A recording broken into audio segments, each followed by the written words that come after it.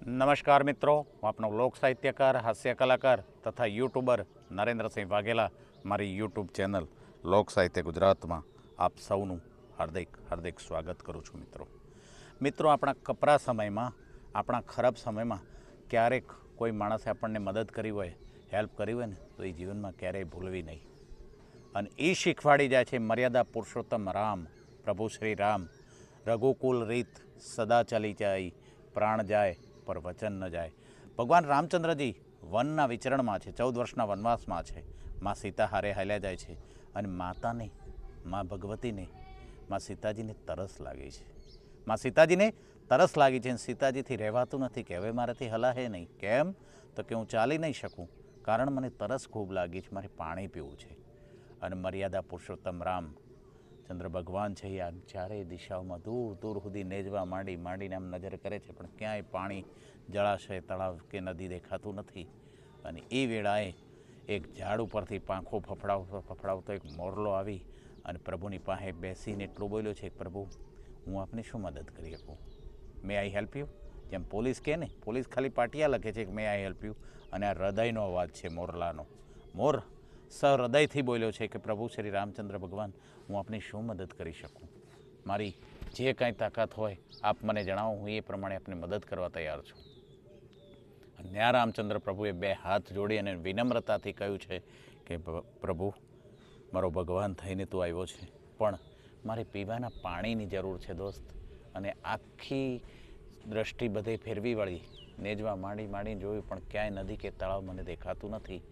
અને ત્યાં મોરલાએ એટલું કીધું હતું, એક અબોલ પક્ષી જોઈ લો તમે, આ ભારત દેશનું સંસ્કૃતિનું જે સોપાન છે એને તમે યાદ કરી લો કે એ મોરલો એટલું બોલ્યો તો, પ્રભુ હું તમારી આગળ ઉડતો જઈશ અને મારું શરીરનું એક પીંછું ખેરવતો જઈશ, અને પીંછાના રસ્તે કદાચ હું આગળ નીકળી જાઉં તો એ પીંછા પડ્યા હોય જોતાં હું જ્યાં છું એ દિશા મળી જશે ને આવી જજો, હું જળાશય શોધી આપું.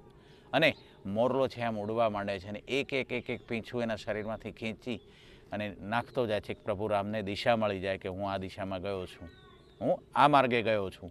એ માટે મોરલો છે એ એક પીંછાનો ઘા કરતો જાય છે, પોતાના શરીરમાંથી વેદના થતી હોવા છતાં એક પીંછું તોડીને રસ્તામાં નાખતો જળાશય પહોંચી જાય છે. અને જળાશય જઈને પ્રભુ શ્રી રામચંદ્ર ભગવાન એને નમન કરે છે, પણ મૂળ બેભાન અવસ્થામાં ઢળી પડ્યો છે. અને પ્રભુ શ્રી રામચંદ્ર ભગવાન આમ કળશીઓ ભરી અને પાણી બહાર લાવીને હેઠું મોરની પાસે મૂકીને મોરના માથે આમ હાથ ફેરવે છે. મોરના માથે હાથ ફેરવી અને જુએ છે તો મોર દેવલોક પામ્યો છે, મોર મૃત્યુ પામ્યો છે. એ પીડા સહન ન કરી કે બધા જ પીંછા ખરી જવાથી મોરનું મૃત્યુ થઈ ગયું.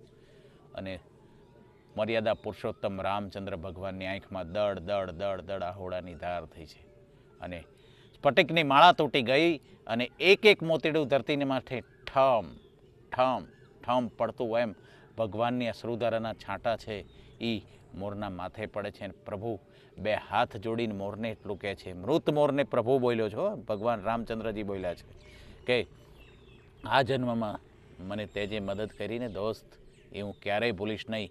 અને આ પીંછા જે ખેરવીને મને દિશા બતાવી છે, મને માર્ગદર્શન કર્યું છે, એટલે જા દોસ્ત, આવતા જન્મમાં હું કૃષ્ણ અવતારમાં ફરી આવવાનો છું અને તારા પીંછાનું કલગી ઉપર સુશોભન કરી અને સદાયને માટે હું તારું ઋણ ચૂકવીશ. હવે નથી લાગતું કે પદ્મશ્રી એવોર્ડ કરતાં પણ મોટી વસ્તુ હોય?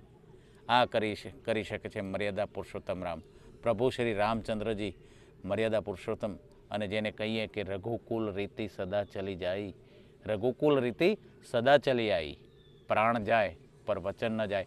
આ તાકાત અને આ કુળવાન ઘરમાં જન્મેલ દીકરો ભગવાન રામચંદ્રજી, અયોધ્યા નરેશ રાજા દશરથના દીકરા, અને શાપિત દશરથ રાજાને જ્યારે શ્રવણના મા બાપે તીર વાગવાથી એકનો એક દીકરો શ્રવણ ગુમાવ્યો હતો, અને આંધળા મા બાપે દશરથ રાજાને શ્રાપ દીધો હતો કે જા, તારે 4 દીકરા હોવા છતાં પણ તું એક પણ દીકરો તારી મોતની વેળાએ તારી પાસે નહીં હોય. અને પ્રભુના બાપ, કારણ કે ઈશ્વર તો બધાને ચોપડા નોખા રાખે છે, એમાં કોઈ ભેદભાદ આવતા નથી કે ભાઈ આ ઈશ્વરના પ્રભુ પર મર્યાદા પુરુષોત્તમના બાપુશ્રી છે, એમના પિતાશ્રી છે દશરથ રાજા, એટલે એમને સજા ન કરાય એ હાલતું નથી. સજા કર્મોને રૂપે દરેકે મિત્રો, સજા હોય કે મજા હોય, દરેકે પોતાના કર્મ ફળ સ્વરૂપે આ ભોગવવું પડે છે અને ભોગવવું જ પડે છે. એટલે તમારી સવાર સુધરી જાય, તમારો દિવસ સુધરી જાય એ તૈયારીથી તમે રાખજો. Thank you. જય માતાજી મિત્રો. મારી આ જ શૈલી આપ સૌને પસંદ આવી હોય તો ચોક્કસ મારી ચેનલને લાઈક, શેર અને સબસ્ક્રાઈબ કરશો મિત્રો, અને કરાવશો. જય માતાજી મિત્રો.